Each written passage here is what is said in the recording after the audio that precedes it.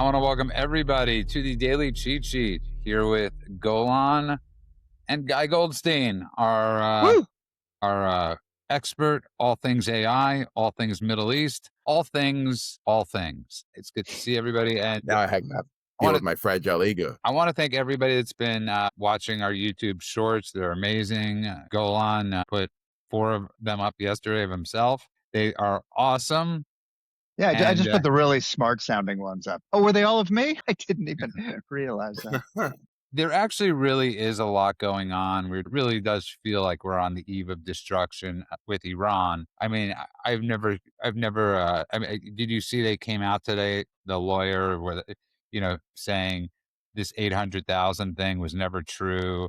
I mean, they're really coming all out to try to antagonize Trump, Golan. And I don't see I really don't get the utility in this unless he really does have a bunch of Baghdad Bobs. I don't think they get that when Trump gives a date, he's really not bluffing. There's something within that time frame, maybe a little later. Are they not getting Trump? You know, it's interesting you asked that question because I think weirdly, they're getting Trump enough to recognize that he is someone who can be antagonized, and there are ways to circumvent some of his plans.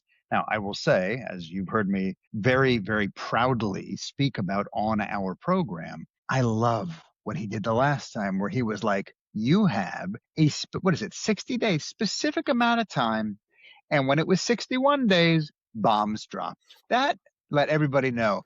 It's not just a general whiff of a red line. It's not a feeling he's putting out there. He's very specific, and he executes on that specificity. But we also have seen him say, if you do X, Y, Z, I am going to retaliate. And then they found ways, and it was through Iran, through Qatar, through Saudi, through all of the people who are at the moment kind of within the sphere of influence that Trump is trying to keep in line, found a way to make him stop, despite them doing exactly the XYZ he told them not to do. So I think they're doing what the Raptors were doing in Jurassic Park, frankly. I don't know if you remember that scene, but what are they testing the gates, you mean? They're testing the electric fences. They were willing to electrocute themselves to test the fence enough to see if there was any weakness. The Iranians, don't forget, they don't care what happens to their citizens. They don't even care what happens to themselves in a lot of cases. And so here they are testing the fences to see where the weaknesses are, if there are any, and they're willing to take a hand slap or an electric shock if necessary. I think that's what's happening right now. We'll see where it goes, and we'll see if Trump holds the line on day 61, as he did the first time, or if he decides he's going to try a different tactic as he did last time. I got to tell you, that was an amazing analogy. Guy, I want to go to you with something else a little bit, because we discussed this earlier today, and I find it to be something quite amazing that most people are not bringing up. So we're getting these horrific images. You've shared them they're all over about what the Syrians are doing to the Kurds. Horrific things. And you could only imagine the images we're getting times thousands. You have to times them by the thousands. And thank God somebody like Lindsey Graham is extremely, putting it mildly, uneased by the situation that al-Jilani has created in Syria, especially now that ISIS flags are up again. You're getting images out of Iran with people being shot down, mowed down on the street with tons of assault weapons, and just beaten, and hospitals invaded, everything. We're getting everything that we know that's going on the ground in Syria, and Iran got nothing. Israel, all we saw were buildings demolished, no dead bodies, but buildings demolished. Everybody trusts the Gaza Health Ministry. Genocide. It's, and I just needed to lay it out like that. We never saw images like that from Israel. We didn't see the images we're getting, and it wasn't because of lack of reporters. Reporters did have access on the ground in Israel. We know that to be 100% true. So if there were that carnage going on, we would have seen it. We're not getting, it's an absolute blackout of what's going on there in Nigeria, all over. So and I keep on saying this to people, and we've discussed this on the show, it leads us to one thing. If it doesn't have Jews in it, nobody gives a crap. So first of all, absolutely. I think one of the things that's most remarkable is a video came out just in the last day or two of Hamas shooting someone in Gaza point blank with an AK-47, multiple times to the cheers of a crowd. The caption on the video pointed out that he was accused of collaborating with an alternative that was temporarily in power in part of the territory before the ceasefire reimposed Hamas on the Gazans. Nobody cares. The only people sharing it are accounts that are sort of the same Israeli activist accounts that have been trying to point out that Hamas are the bad guys for 15 years or 5 years or 3 years. It's a consistent theme. In Syria, you're seeing horrific videos. I mean, the videos coming out of Syria, they're unimaginable. If you haven't seen them, I cannot describe them in a way that will help you visualize them. They make October 7th look like it was a relatively less insane event than it really was. I'm not going to say they can make it look minor, but just rows of bodies lying in fields. I can't describe it. And in Iran, you're still getting things dripping out because of the internet blackout that's been going on for 2 weeks now. You're still getting videos dripping out from the height of this revolution, right? So the revolution has died down in terms of the numbers of people going out in the streets. There's a lot of there's a bit more hesitation right now as they wait to see what America decides to do. But you're still seeing videos coming out day after day, new footage that we hadn't seen before. And again, first of all, it's really hard to watch, right? There is a toll being taken on our souls watching these videos. But everything that Hamas has ever tried to stage, you're seeing in reality on the ground in Iran.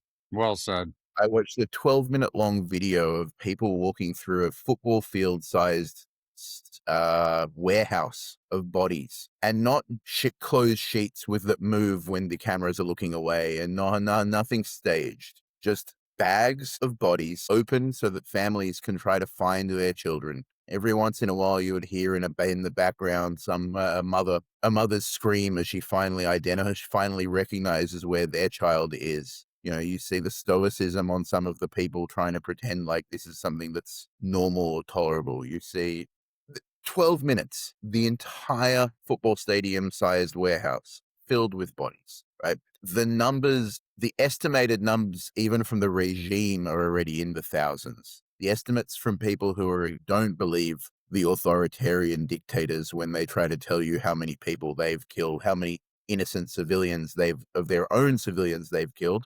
Those numbers are well past 20,000 now, and there are estimates from human rights organizations, which I'll grant you I don't always trust because I've seen the way they play with numbers in the past. But the highest estimate I've heard so far is 80,000. I thought you were going to say 40,000, but I just want to move on quickly a little bit. Wait, before you move on, I just want to point out something. Give me 1 second. Okay. I'm not moving on from the subject. Okay. I promise you that. I just want to simply say what Guy is talking about, and it's something we've been talking about the last couple of days, is I want people to look up the definition of the word hubris. And Guy and I were talking before you got on, Golan, about the Bon Jovi song, It's All the Name, Only the Names Have Changed. Mm-hmm. The hubris, for us to think, because it's all the same, but the names haven't changed, okay? These are the same people we were dealing with for the past 25 or 30 years. The hubris to think that we could somehow, once again, and I'm not going to say nation build, but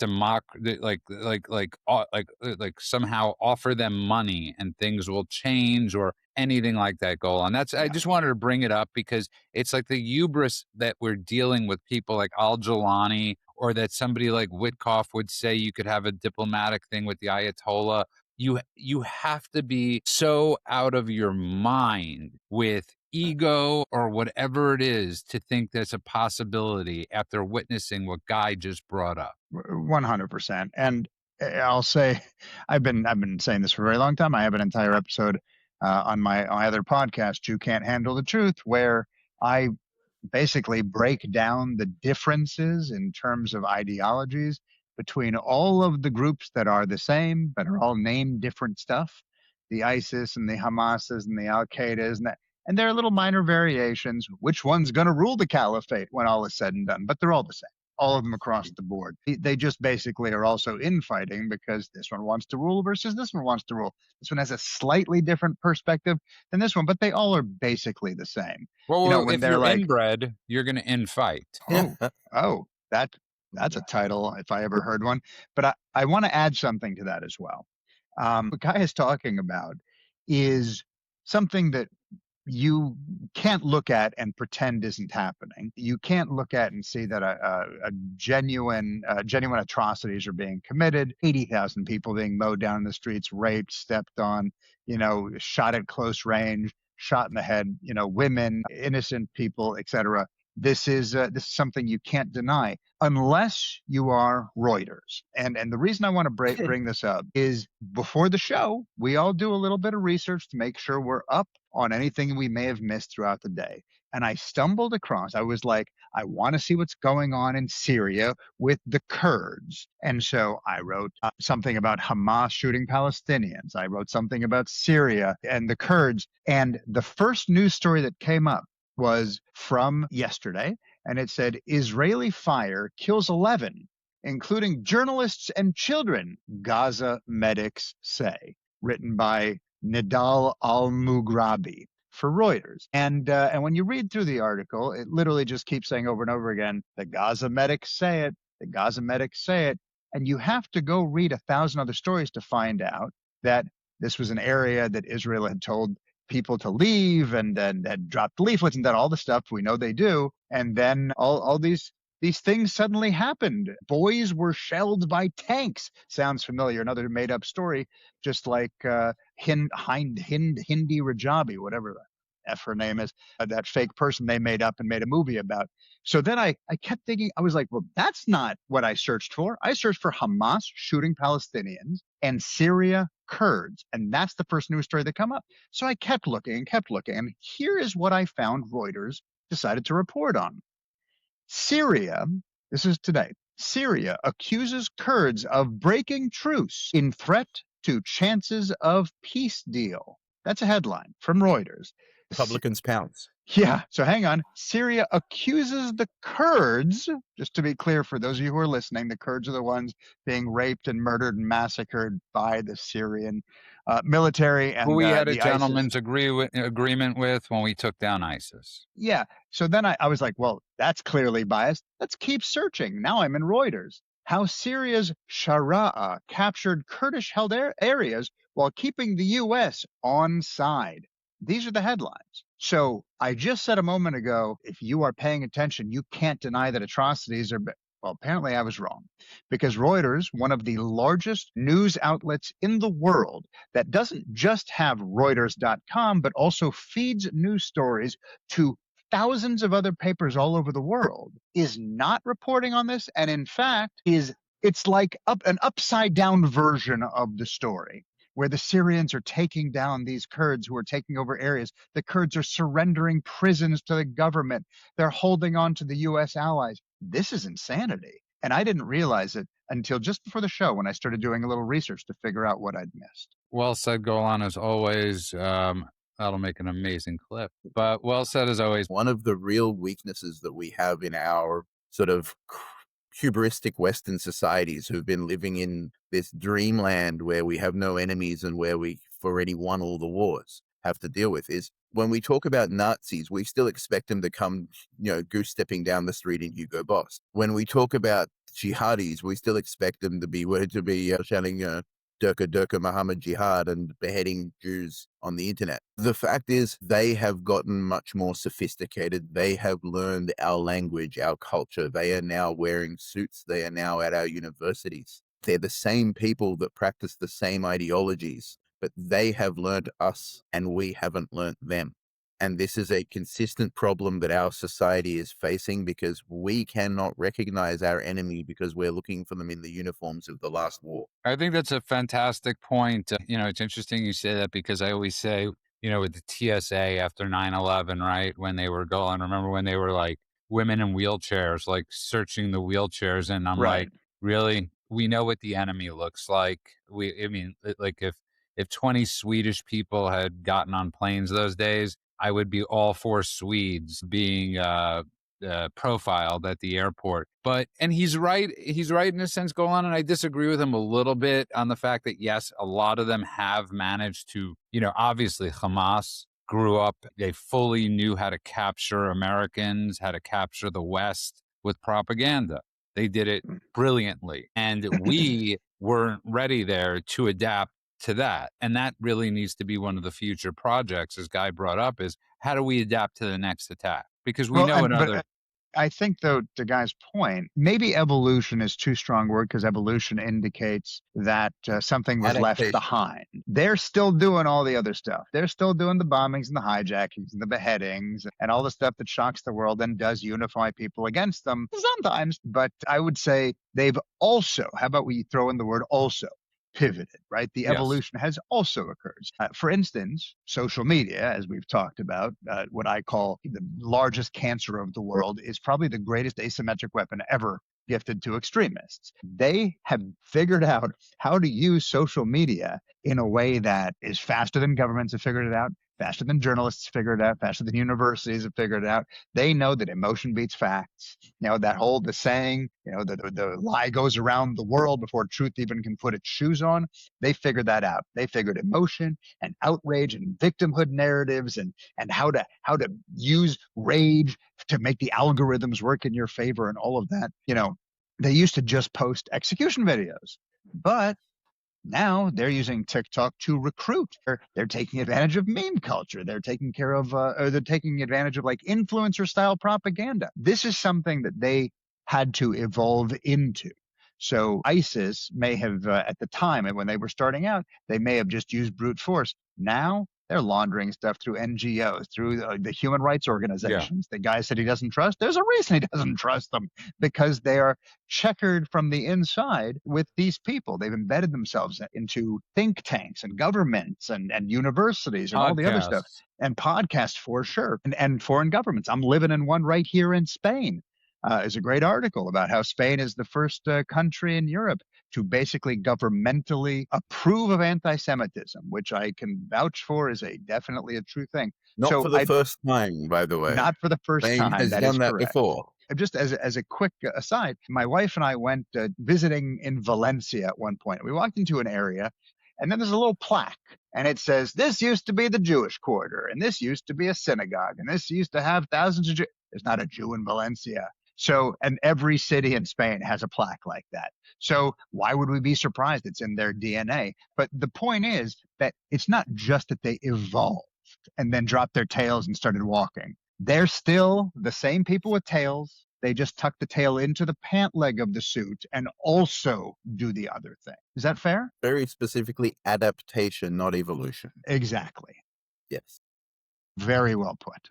What's funny is somebody actually I got to give it to somebody, David in the rants, who actually in the Rumble rant said, inbreeding has caused mutations, not evolution. And so I think that sort of sums up what you both said. And I want to move on a little bit, though. We obviously, as we've discussed, if there is an attack, I'm not going to sit by the phone. Guy, you'll see the first missile since you're a lot closer than Golan and myself are. So I expect that instant thing when you see a flare in the sky. I want to be your first WhatsApp message. That's all I ask for you, Guy. But I want to move on a little bit. Before you usher your family into the safe room, can you just text Judah real quick? Yeah. Also, I'm just curious, Judah, do you have the red alert system on your phone? The red alert system? Yeah. You mean the Israeli red alert system? No. Can I tell you why I stopped with the alert systems on my phone? I had it during the fires in Los Angeles. And let me tell you something. It was one of the scariest things I've ever experienced in my life. And I can't imagine what Israelis go through, or people that are being shot at are going through and have that on their phone. And there was this one fire. It was the Laurel Canyon fire, which was like 2 miles away from me, I want to say. And I had a bag packed at the door, ready to head out to the desert with my dog. And I'm just sitting there, and you keep on getting these alerts, and it could give you a heart attack. So my point being is, I had that happen one time, and eventually at the end of the alerts, there was a suicide drone flew into a house just across the road. It's sometimes it's worth having. Oh, no, it's 100% worth having, and I was happy I had it. But I remember living, and listen, I've lived in Israel through suicide attacks. But I want to move on a little bit, because I think it's extremely important, Guy. Before we do, though, yes, I'm going to pull a Mike Duran here. But before we do move on, I actually want to finish up the conversation about the people seeing the footage of the Kurds and what's happening to the Kurds, because the other day we posted something on Truth Social, and I remember it was a very honest video of what was happening. Right, I saw something that was succinct enough and horrific enough that I felt that we couldn't be silent. I have to say that the response that the podcast audience had to that, the humanity, the shock, falls to action, the fact that Mark Levin picked it up and shared it as well. I think when people do see this, they immediately recognize the evil, and I think that was really obvious watching our audience. And I think that goes to both, the fact that, like Ghulam was saying, you have to hide this from people in order to keep them from reacting to it in the natural way. But I'd also like to give a shout out to the people that did help amplify that and did speak up for the for the Kurds in Syria and try to help boost that. I'm happy you brought that up, because we do have some of the best followers. In the beginning, when I would post stuff for the show, I'd get a lot of pushback. And, obviously some of those people might have ended up getting blocked, especially when the first comment was Jew. But, and that happens on X, obviously, times a billion. But yeah, there's some amazing people on Truth that even when I post about yesterday when we were talking about Witkoff and Barrack and Kushner, the Mensa crew of envoys, we didn't get the pushback. People get it. People look around and see what's going on. It doesn't take that much. If you're a conservative, a lot of us still have our eyes open and are reopening them again to not live in 2005. And to realize that the people that keep on bringing up the Iraq War or Afghanistan or certain things are there to make money. They're there to have people live in fear and make money. I want to move on, though, because to the next thing, because I was very surprised. I'm actually not surprised, but your assessment of Trump and Davos, you gave him aces. You gave him an absolute A+. So Davos has been fascinating to watch. First of all, I think Trump actually came out really well from his speech in Davos. He made excellent points, presented for what for Trump was a relatively moderate tone. I think he came with a hand extended in an offer of cooperation and peace. Except to Starmer. Starmer didn't deserve it. He also withdrew the hand from Carney, but that's also well deserved. I just found it really funny. But look, the whole thing with Starmer has now withdrawn the Chagos Island decision, right? So there is a very small island in the middle of nowhere called the Chagos Islands that, the indigenous owners, blah, blah, supposedly were the Mauritians, who were a bunch of French people in the middle of the Pacific Ocean. So really not the indigenous owners, and strategically, again, when you look at the map of the world, this is an island that's 1,000 miles from anywhere in every direction. Its population is an Air Force base and a naval base, and that's it. It is one of those points where if the world does go back to war, if there is a major conflict, it is a vital part of the infrastructure for moving, heavy equipment from place to place from theater to theater. And the English, in all of their wisdom under Keir Starmer, in all of his brilliance when it comes to strategic expertise, decided it's more important to return the land to Mauritius because reasons and woke than it is to understand that the world is moving to a war footing and very valuable geostrategic assets should be protected. Do you think, I'm just curious, do you think that Starmer did what was obviously a painfully and strategically and self-sabotagingly stupid decision like this one in order to show how much better he was than Trump, who was trying to take an island to give away an island? Don't give him that much credit in thinking. Yeah, he made this decision well before Trump decided to Trump started talking about Greenland. Remember, he's got an 18% approval rating, and when you add him and Macron's approval rating, I don't believe you get the 40%. Yeah, it's also an extension of the retreat of empire, which is something that he's really into. Like Starmer is just he's a bad politician and an even worse leader. But I think it's important to recognize Trump laid into him about that, which, again, Trump, for all of his coming from the world of business, he looks at the map and he understands what's going on. There is a reason that he focuses on Greenland. There's a reason he lays into Starmer about the Chagos Island. Yeah. There is a reason that he's rearranging rearranging American alliances and arming allies that he feels that can be trusted, because the world is changing and Trump sees it. And whether it comes down to him having some sort of strategic insight on his own or him having advisors who give him good advice, doesn't matter. The fact of the matter is he recognizes how that these are critical assets, and he pushes to make sure that they remain inside the sphere of influence where America and its allies have control. And frankly, what he did at Davos in talking about what America is doing, he was letting everybody know, because he wasn't making policy on stage. He was letting everybody know what happened. And he was saying Davos normally is lecturing America, right? Davos is normally where America gets their hand slapped.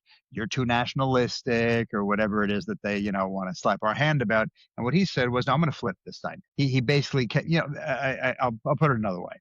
Davos is not designed for disruption, right? It is the globalist consensus. The technocrats get together, they pat each other on the back. The leaders that all agree with each other nod at each other, and then they look at those who don't, and they get to finger wag. And Trump basically said, I refuse to play the part of the guy who gets finger wagged at. And so what he said was, this is what we're doing. There are reasons why we're doing it. He can justify every decision that he's made. The U.S. is winning right now. It will continue to win. This was his message. You want access? You want to invest in America? You want protection from America? You need to adapt. You don't need us to adapt. And it changed the entire power dynamic within the room. And I think that beyond the humiliation, that's Trump is icing. That's just the icing on the cake. Exactly, the icing on the cake. Exactly. By the way, I just have to correct myself quickly. Thank you, David, in the rants. Macron's approval rating is at 16%. So they have a combined, I want people to think about this for a second. French and UK leadership have a combined approval rating of 34%. Staggering. So anytime anybody brings up Trump's approval rating, 34% between two leaders. Sorry? Mark Carney can't be much higher. Yes, right. And just finish that up is Davos doesn't like when countries are independently successful. They like when it's all this globalist kind of combination, the cabal working in tandem. And Trump right now not only represents this within his own character, but specifically what he was saying at Davos. It's a country acting in its own interest without asking permission. He's making deals bilaterally, not filtered through the NGOs and the permission structure and whatever else it is. He's a leader accountable to voters, not to international conferences. And he made that clear there. And I think it worked.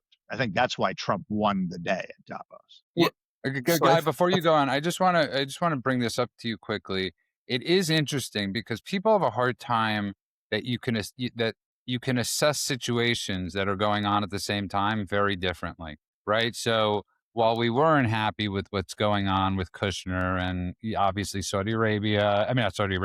Iran, Egypt, what's up with me? And I'm just naming I might as well just name every, with Syria, Iran, and Turkey, where we're not happy with the things his envoys are doing. We were very happy with the way he represented America at Davos. So two things could be right at the same time. We disagree with certain foreign policy things that are going on, but his America First policy, which is most important to Americans, and well, it should be, he was aces. Listen, in foreign policy, it's a scorecard, and you get a score in every theater and on every issue, and it's not a one size fits all thing.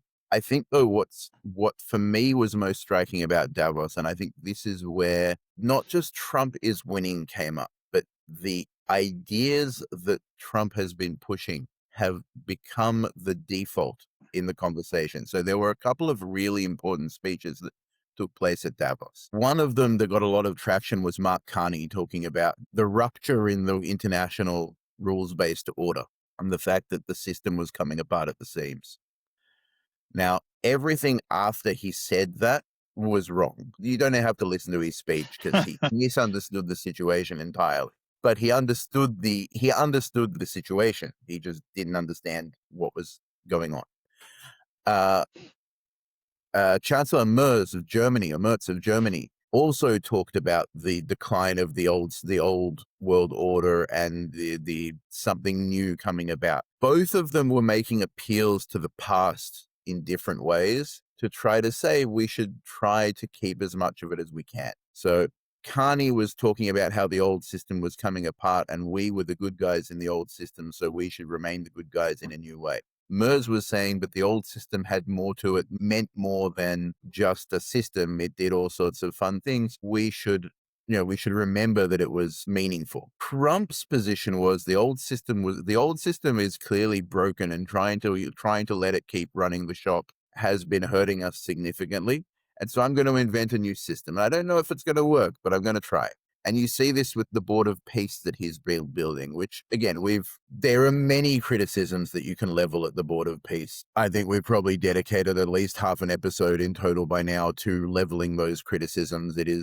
What should be said is when he talks structurally about the idea of the Board of Peace, and when you look at its charter, it is designed as something to offer an alternative to the UN. It is designed as a step in the direction of the old system is broken, but so are the institutions that facilitate that system, and maybe we can do something better. Now, I will say that my personal perspective and my strategic analysis would both suggest that Europe waking up to this offers a better set of partners for this new system and new institution than the Middle East, than a lot of the Middle Eastern partners that are currently sort of leading the charge on the Board of Peace. The Europeans' refusal to work with Trump on this is going to be seen as a major geopolitical misstep, but I think it's still one that can be corrected. And I think that if you listen to the subtext of the conversation of Davos, there was sort of a tacit recognition that Trump was right about the problem, but they don't like his solution. Well, I think your point is extremely well taken, and I think that's something they will never get. I also thought Golan, while he was talking, you can't spell designed without Zionism. Just food for thought. I want to move on though, because Wait, can I just say one thing about not the Board of Peace, about very quick. Last thing about Davos is I think it's important to note that if you really listen to what the European leaders are saying, they're not agreeing with Trump, and I think that's the guy's point. It's more like, because then that would mean I agree with Trump, Right. and I agree with his prescriptions and everything else, and also they'll never do that out loud if they can help it. Instead, there was this tacit admission of the reality kind of coming to the fore after years of denial, that they've lost control of migration, that they outsourced energy security, that they strangled growth with regulation, replaced accountability, bureaucracy, all the stuff that we've talked about before, but they don't admit. And little by little, they're starting to at least say, the old model isn't just stressed, or the new model isn't just stressed, it's failing. And now we finally are saying it out loud. We're not saying Trump's right. We're just saying that all the stuff is in trouble. And now how do we fix it? As if he hasn't been saying that. So I think it's important to note that it's not that suddenly they're all coming around there going like, Trump is right. Let's go behind him. Except for the head of NATO. Except for the head of NATO. He's like all in on Trump. Is he the one who called him daddy? Yeah, okay, just checking. That is the love affair. But I want to get to something because I think it's extremely important, because this goes, you'd hear the idiots like Tucker, Marjorie Taylor Greene, all the people on the woke right, that you can't focus on one without the other. So I think it's really important to focus on something like this, right? So homicides in America are down 21% from 2024. Way to go, Trump. Way to go, federal authorities. Way to go. Great job. I don't think less people are shooting. I think they've done amazing work. 43% down in carjackings from 2024. 43%. Think about that. That's pretty much almost half of the carjackings are down. And I do think a lot of that has to do with the District of Columbia, because their carjacking rates were out of control, like per capita. I think it was like insane. And then 20%, and I have to be honest about this, Biden in 2024 got overdoses down, but we got it down 20% overdoses in 2025. They've also obviously closed down the border. The economy's on the rebound, tons of money being poured into the country. So you can have two things at the same time. I get, It's sort of an amazing thing, Guy. We've been trained to think that a president can only focus on one thing, especially because of Biden, right? I mean, he definitely got that drilled into us. Well, he couldn't focus on We couldn't anything. focus on anything, right? Or the auto pen, or How to get off stage, I just have whatever. to say this. Everybody wants always to say in Biden's first year when he pulled out of Kabul, that was a Biden decision. That wasn't an auto pen decision. That goes in total line of every foreign policy decision of his life. Okay, so I'm going to give him full credit for that. But Guy, getting back to it, Trump is able to do foreign policy and he's able to do domestic policy, plain and simple. The problem is the messaging getting out about it is extremely difficult. So if you spoke to most Americans, they wouldn't know these numbers. They wouldn't know the numbers of with the economy looking around, turning around. They wouldn't see the tariff stuff. They don't see any of it for the most part, Guy. So, but what a major success in your first 365 days. So first of all, Trump has done phenomenal things restoring the economy. And one correction, I always have little corrections, but Trump also had a plan to withdraw from Afghanistan. But unlike Biden, Trump's plan included actually coming up with a plan to do it in a way that wasn't going to be a catastrophic, complete Also not giving up Kabul. Humiliation for America. Right. He also wasn't going to give up Kabul. That was going to be the buffer zone. Right. So it's just important to note that Trump also had a plan to withdraw because he also made a promise to not keep America locked into the forever wars. But part of withdrawing meant having a safe plan to withdraw in a way that didn't leave any American soldiers dead on the ground. Right. And so Biden not only was Biden's decision a poor decision, it was a decision that was made mostly for show that costed American lives and left $7 billion worth of military equipment in the hands of the Taliban. Right. Yeah. Which then got moved over to shipped to Iran and Turkey, all the interpreters that were left to be slaughtered. Right. People promises were made to. And killing the family of interpreters. Afghanistan was a train wreck. Having said that, no, absolutely. Trump has done amazing things on the domestic front. He's you know what? It's not Trump. And I know we like to always talk about the person, the buck stopping at the president, but America has an incredible infrastructure of amazing people dedicated to the well-being of the country who had their hands tied for 4 years by the Biden administration, who had their hands tied for 8 years by the Obama administration. But a lot of the people that wanted to do good for the country were still there. This just shows apart from the fact that Trump is making good policy decisions by letting them do their jobs, I think it's important to say that this shows the quality of the people that stuck through the hard times, kept committed to their job of making America safer for Americans. And now that they're allowed to do their job in the space of 1 year with the permission of a president that believes in what they do. I mean, I think you're referring specifically to law enforcement. I mean, without I am talking specifically to law enforcement, to the police, to ICE, to the National Guard who had to help at times. I just wanted to make sure. We also know that the brazenness in which the previous administration did not let people do their jobs is, look no further than we simply can't close the border. Millions are going to stream in. I wish we could. And in 1 day it was done. This is the kind of thing that if you really take a step back, to your point, Guy, with all of these people, all the law enforcement agencies and personnel that you're talking about, doing their jobs now in tandem with and with the permission of the government, as opposed to a government that hamstrung them at every turn, you see results. Right. And I think it's important because one of my very close friends' husband is in the sheriff's department in Vegas. He's been there for 12, 15 years now. It was really hard to be in the sheriff's department during a time when you weren't allowed to operate. Yeah, a close friend of mine, her husband is in the sheriff's department in Los Angeles, and she shared with me how rough of a time. I mean, just brutal, just absolutely brutal. Right, and they have faced abuse not only from anarchists and dissidents in the streets, but from the politicians that are supposed to be supporting them. And a lot of these people considered leaving their jobs and considered going and finding easier jobs, doing things that they don't get trashed for. But they stuck with it because of a commitment to the people that they live with, the people that surround them, and the country that they love. right? And I think, as much as I think it's important to say that the president has done an incredible thing by putting together policies that have allowed America to be safe, America was unbelievably lucky to have that base of patriotic and dedicated people who have taken nothing but abuse for years for trying to protect the country, who now that they're allowed to do it are making America safe.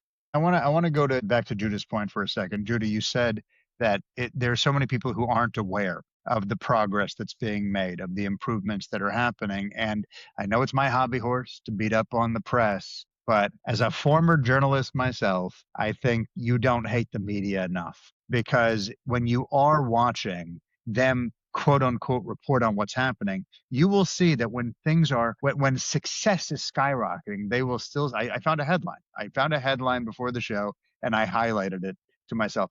Trends are mixed but encouraging. Yeah. That was the most positive thing. They're not saying, let's do a victory lap, or going, what changed? How do we make sure this doesn't happen again? It's like, this seems to be easing, is the kind of stuff that they say. But when the crime was going up, and especially when they wanted to vilify someone who was in office, it was a national crisis. It was an epidemic. It was a reckoning. It was a this, a that. They used the most vitriolic language you could possibly imagine. And the same media that made sure they went out of their way to point the finger at the people that didn't follow the nostrums, didn't toe the line that they wanted towed. They know that now that things are going well, if they really highlighted all of that, it would be an admission that defund the police was a disaster, that open border romanticism. Remember, they all raised their hand on the. How many of you would abolish borders? They all raised their hands like a bunch of little pansies, right? That was deadly. Okay, that soft on crime prosecutors that we still see going on now failed catastrophically, put murderers back on the street over and over again. That harm reduction without enforcement killed people. That making it seem like law enforcement were the enemy was going to get law enforcement killed, or run over, or whatever it happens to be. And so by not highlighting the successes, they don't ever have to admit that any of that happened. They don't ever have to take responsibility for their part in it. And they absolutely have a part in this. So that's why people don't know what's going on, because they're simply not being told. Yeah. And just for the record, it's also really important to check your sources. Cause I'm reading on X, right? Jennifer Griffin, who used to be at Fox News, right? She's like, well, the Lincoln is 2 weeks out, a week or two out of Israel. And then her next thing is Command Admiral Brad Cooper is in Israel tonight. Well-placed sources tell me his visit is not related to Iran. Well, what else would, I'm just curious. You think he's there for Shabbat? That's what he's there for. And this is one of those things. We have no idea, again, when we're guessing that there'll be a strike. But again, the president can do two things at one time. And the only thing I'm going to disagree with you on before I move on to the last subject, because I really want to touch on something, Guy, is that you need a great cheerleader as a president, oftentimes, to bring out the best. And President Trump, like Reagan, were champions. I mean, very different styles, obviously, but people want to hear we're doing better. Okay. People don't want to hear Jimmy Carter saying, we might as well blow our brains out. We've lost the country. Malaise.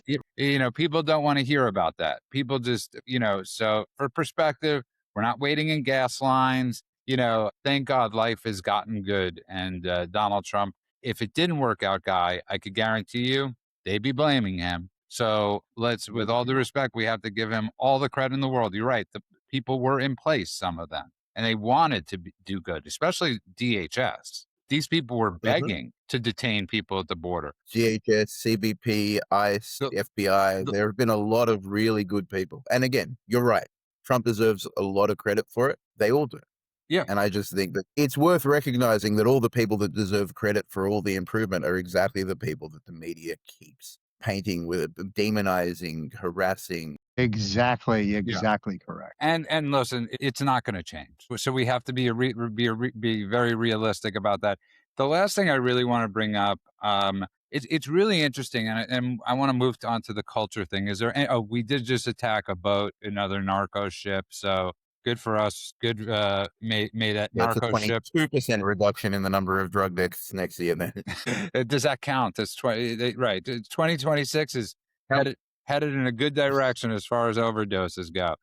Golan, I wanted to get in a little cultural thing, unless I missed anything. Did I miss any stories? I mean, there's some other stuff that, honestly, as I said on the show the other day, there's other stuff that's going on. Do I care about it? No. Right. So So I it's not think you're stuff that good to interests go. us. So then Yeah, it's not. exactly. If it doesn't interest us, it's not We news. get to choose what Yeah. matters to us. Thank you. And also needed a little bit of a retraction from something you said yesterday on yesterday's show, when you were bringing up the fact that he was basically saying about the fine people hoax, that it wasn't that he didn't believe it, he just couldn't find. He was literally he believed it in a sense because there was literally zero video that you No, could find. by the way, I want to be clear. I wasn't blaming him for believing it, and I don't blame anybody for believing it. That's why I keep talking about the media, and that was just the example that I used, because we see over and over and over again, and I'm now once you start scrutinizing, you can't unsee that it happens multiple times a day, every day, where stories like that's not the real headline. What I just read to you guys from Reuters, that's not the real situation. So why would he now? All I was saying was, and he's admitted it on the show many times,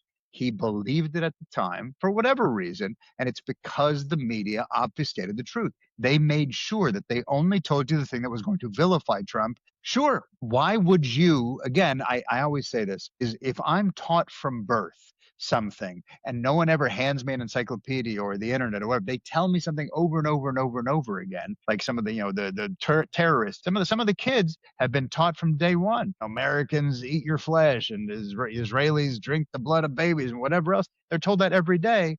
Why would they go and seek out an alternative truth? It wouldn't even make sense to do so. And so I'm not saying that he should have gone, I'm going to go look for videos of him saying this. He knows the media told him, the media reported it over and over and over again. So he believed it. I wasn't judging him for it. I was just saying it happened. No. And I that's didn't why mean we judging. always have to be aware of it. We didn't use the word judge. We were just trying to use the proper words. And it's. I love these visuals that you get on X of I just love it, of like the planes. Like we're supposed to know exactly what it means. Like we're all air traffic controllers right now. Like, there's a plane. There's 10 planes flying over Syria right now at this moment. Heading due east. Like I really look at these screens. But like, four of them are red. Sorry, But four of them are red. 4 of them are red. Right. That's right. And the last thing I just want to move on a little bit to is culture, and it's there was actually. Are you about to talk about the Oscar nominations? What are we doing here? No, I wouldn't know anything about the Oscar nominations, nor could I care less about anything about the Oscar nominations. I was very happy. I just was reading about Bill Ackman going after Ro Khanna, Congressman Ro Khanna, who, there's a defense now going on of, is it Mrs. Rachel or Miss Rachel, whatever the hell this Miss Rachel. Miss Rachel. No one. I mean, I wouldn't date her, and I'm desperate. Okay. He's apparently married to a Jew, not a very good Jew, but a Jew.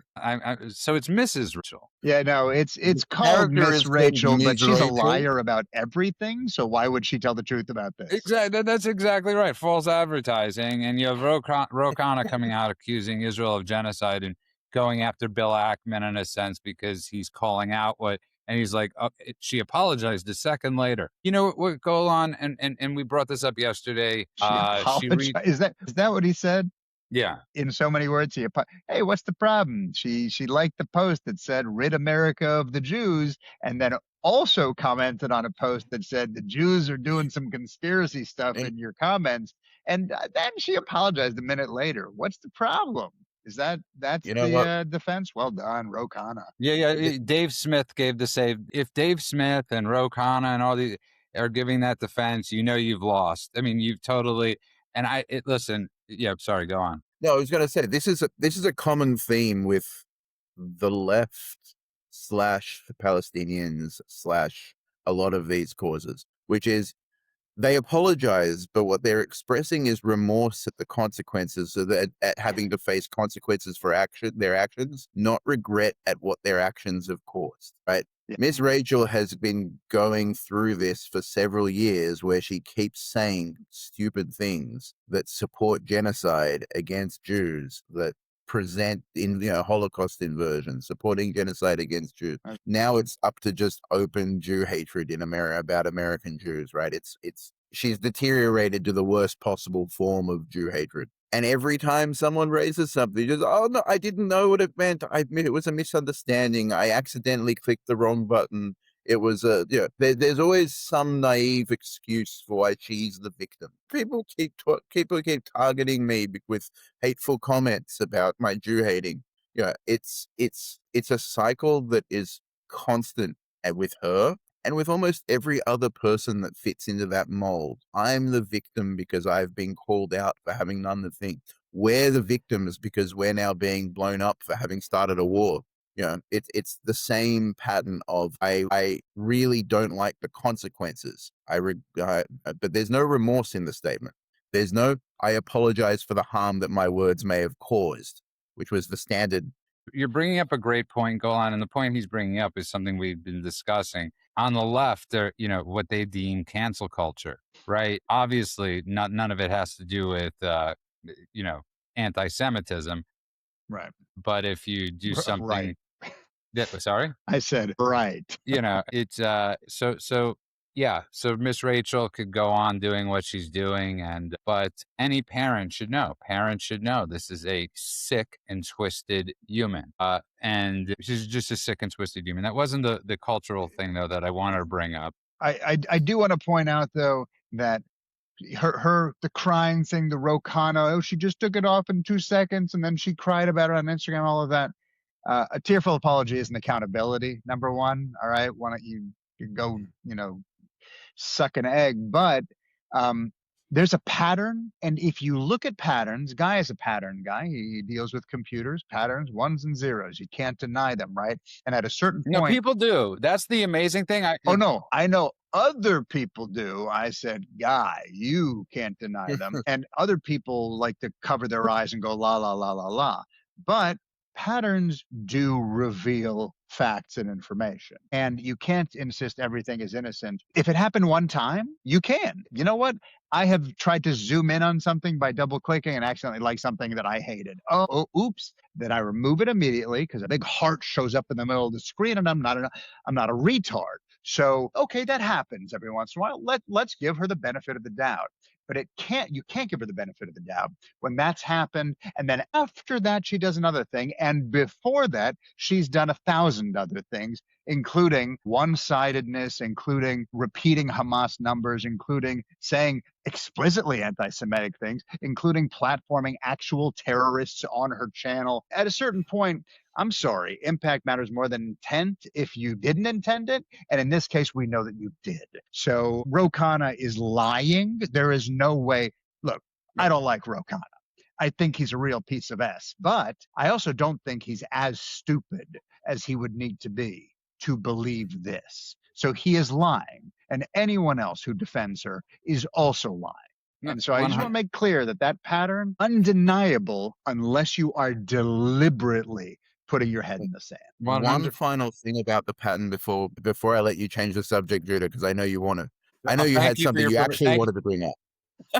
But one final thing about that pattern that I think it's really important for people to recognize is when Miss Rachel first stepped into this. It just sounds so funny, Miss Rachel. I genuinely believe that she was speaking from a place of good intention and it was innocent. And what you see is in this pattern is the predictable decline from I'm speaking out on behalf of the Palestinians to I'm speaking out against Israel to kick the Jews out of my country.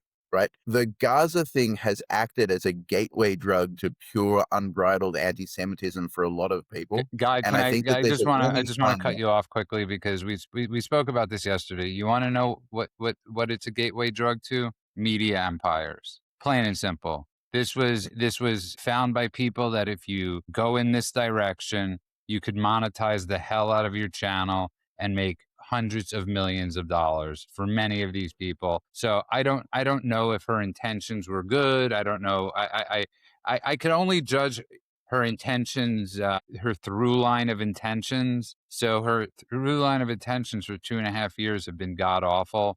So that's my only. And I'm sorry, she So had I 10 watched the billion trend line, not the views through line. since she launched her channel in 2019. I don't believe for a second she was trying to be popular. I think she hates the Jews. I think she found an opportunity to say it out loud. I don't ever think it was positive and good, and then it's just evolved. I think she's a real, just a slice of garbage, and I think that she is going to So- propagandize that garbage to our children. Okay, and it's just to That's finish my that up. opinion. All three of us disagree on her intentions.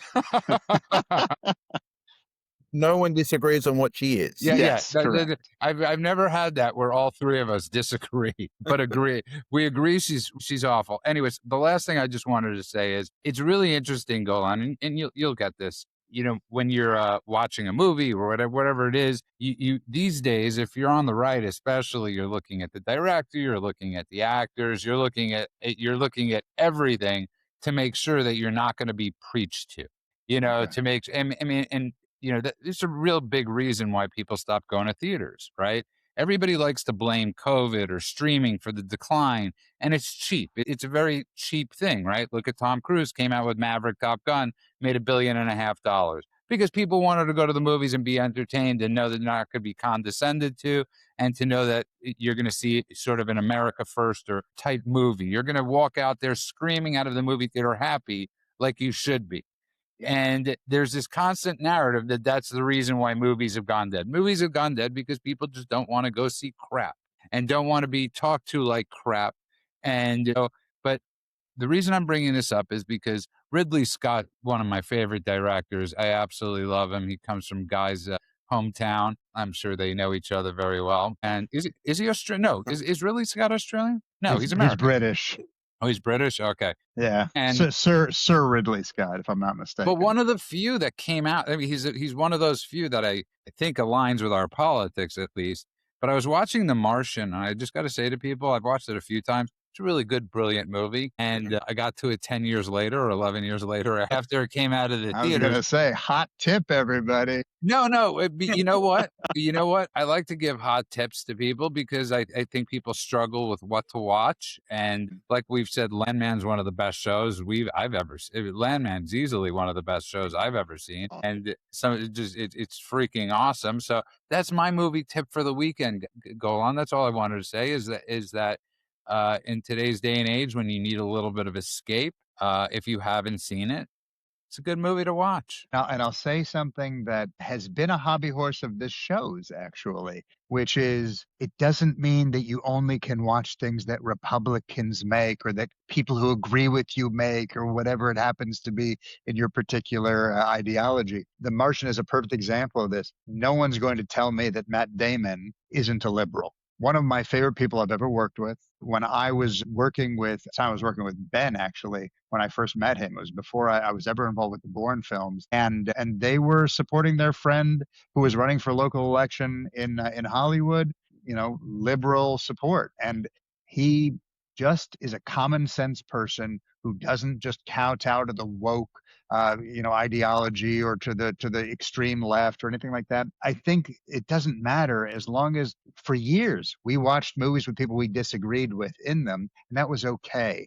And the problem is when they start doing the preaching and the woke stuff and the condescension and, the message of the movie is that you're a bad person and you're culpable now, viewer. And then you're like, I feel like crap watching this movie. I want to go home. So The Martian's a great example. I love that movie. I think it's an unbelievable movie. One of my mentors is one of the producers of that film. And you're just name dropping.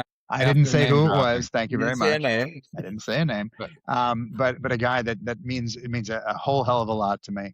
And I think that is a great example of entertainment for entertainment's sake. And it brilliantly acted, brilliantly directed, all the rest, but you never felt like you were getting a lecture throughout that entire film. And I think we need to get back to that. It's so much more fun. Yeah, and yeah, I listen, obviously I agree with you 100%. And Guy, that was just like my cultural thing. It's like this was meant to, if I want to watch a oftentimes I always used to say if I want to watch a documentary, I'll sit at home. I don't want to, but every movie became a documentary in a sense. Yeah, and look, I can tell you from most of my life outside the film industry and not knowing anybody's politics. Up until recently, you never really had to know the politics of people making films, and I couldn't tell you if the people whose films I grew up watching voted for who voted Democrat. I mean, They did. today, Unless it was today in funny. retrospect, I know. But Except for at like the 6 of time, them. not only did I not know who they voted for, I didn't care Yeah. because the stories were good and they were being told well, and people were doing really incredible things, making some powerful films. And sometimes those things made me think differently about issues that I might have grown to have different opinions on. Some films open people's eyes to things. Blood Diamond raised awareness to a really important issue for millions of people Like around Sound the of world that Freedom. nobody thought of. And no, it wasn't preachy. It wasn't telling anybody they were bad. It was just showing you, here's a thing you didn't know about. It's a great movie.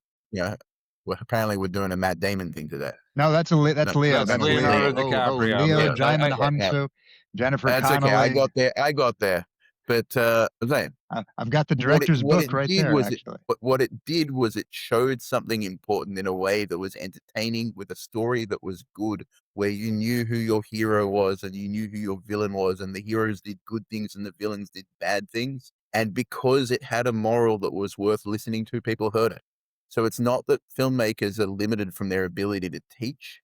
If they would just go back to making good movies again, people want that. Maverick was a fantastic movie because it was a fantastic movie. But again, we can still do it. I just need to cut you off because, by the way, for the record, most of the movies that we did grow up on, since we're all sort of in a similar age demo, that we all really loved were made by Republicans. Okay, because Simpson Bruckheimer, and so those movies that we grew up loving in the '80s, those pro-America movies, and Maverick, were all done by conservatives. And all the best Michael Bay movies. Michael Bay, right? Another one, Michael Bay, that came out of that, right? But seriously, I mean, think about, I'm not talking about when he was making just 17 Transformers movies. I'm talking about when he was making The Rock and he was making Armageddon. These are movies that, again, it's to the Bruckheimer machine of understanding how to make an audience feel something and feel pride and feel happy when the bad guy got a bullet to the head. Yeah. And which pretty much sort of ties back to Guy's thing yesterday. You do need producers that are cheerleaders, that are going to say, no, make this good stuff. Make this good stuff happen. And that's why everybody loves Tyler. It's okay, Golan. Me and you have become interchangeable because we both start with the G. There you go. And everybody, that's why everybody loves Taylor Sheridan, because he's become a champion of dialogue, and he's become a champion of listening to about American values. And it's just fascinating and fantastic thing to watch. And on that note, we have run out of time. I want to thank you, Guy. You and your Australian accent are awesome. Speaking of accents, I loved when Leo said, "In America it's bling bling, but out here it's bling blang." Oh yeah, bro. That's my accent work for the day. We have the worst accents on the show, except for our original accents. So let's just, when you do an accent, Guy's actually from New Jersey. That's all fake. When just so you know, like when you I've come to this, when you quote something or cite a movie or whatever it is, like, just do it in your own voice. Like, I get the gist. So this is my take on it. Okay. Thank you, everybody. Thank you to the Rumblers, the Ranters. I do think we need levity in our lives. I share this all the time. I mean, obviously, yes, Iran could be on the eve of destruction tonight. Who the hell knows? But we still have to live our lives. Again, Trump gets 5, all-star report card for his trip at Davos. And something that we missed over, we talked about yesterday, Bobby Kennedy, same thing. Bobby Kennedy Jr., 5 stars on what he's done with Maha. Absolutely fantastic. And for people that don't think we could change our minds, listen to us talk 7 months ago, because we've 100% changed our minds. I love the job Bobby Kennedy Jr. is doing. So that's it. Guy, you get 30 seconds. I was just going to say, and Bobby Kennedy Sr. was an incredible person too, just as a completely unrelated thing. But since people have a weekend to think and read up a bit about Bobby Kennedy Sr. What an incredible guy. Yeah, just not Joe Kennedy. No. Yeah, Do I also get 30 seconds? Yeah, you get 10 because you'll clip Seconds. it. You'll clip it. I just want to say that for anyone who listens to this show and doesn't think we're open-minded, we do get accused of that occasionally on Truth. Go back and listen to how we felt about Rubio before he became Secretary of State. Go back and listen to how we felt about Fetterman when he was running for office. Go back and listen to how we talked about Bobby Kennedy. We can do this all day. We had a long list of things. We are constantly evolving. We're listening. We're learning. We encourage you to do the same. Don't get stuck in your algorithm, because that thing that makes you feel like you're right all the time is actually going to make you dumber and ultimately is going to destroy everything around you. And for the record, I was always all in on Rubio. Speak for yourself. I will speak for myself. I was always all in on Rubio. He was my vice presidential pick that I'm glad was not the vice presidential pick. So it's been a pleasure, guys. I want to thank everybody that's been following and listening. Don't forget to like our YouTube shorts, subscribe to the YouTube channel, to our Rumble channel. Share. Yeah, share and subscribe. And they're getting a lot of views, these YouTube short videos. So great job. Great job, David and Turbo. Thank you, David. And Turbo for sharing them all around. Thank you from the bottom of our hearts. Thank you to everybody. And don't forget to give those 5-star reviews. Write a comment, leave a comment, and it'll beat all the negative comments we apparently get on YouTube. They hate our guts, man. They hate us. I don't mean the show, just our ideas. Like, we're propagandists. That was the other day. Propagandists. I was like, okay, I'll take it. Okay. On that note, you can find us everywhere at thedailycheatsheet.com.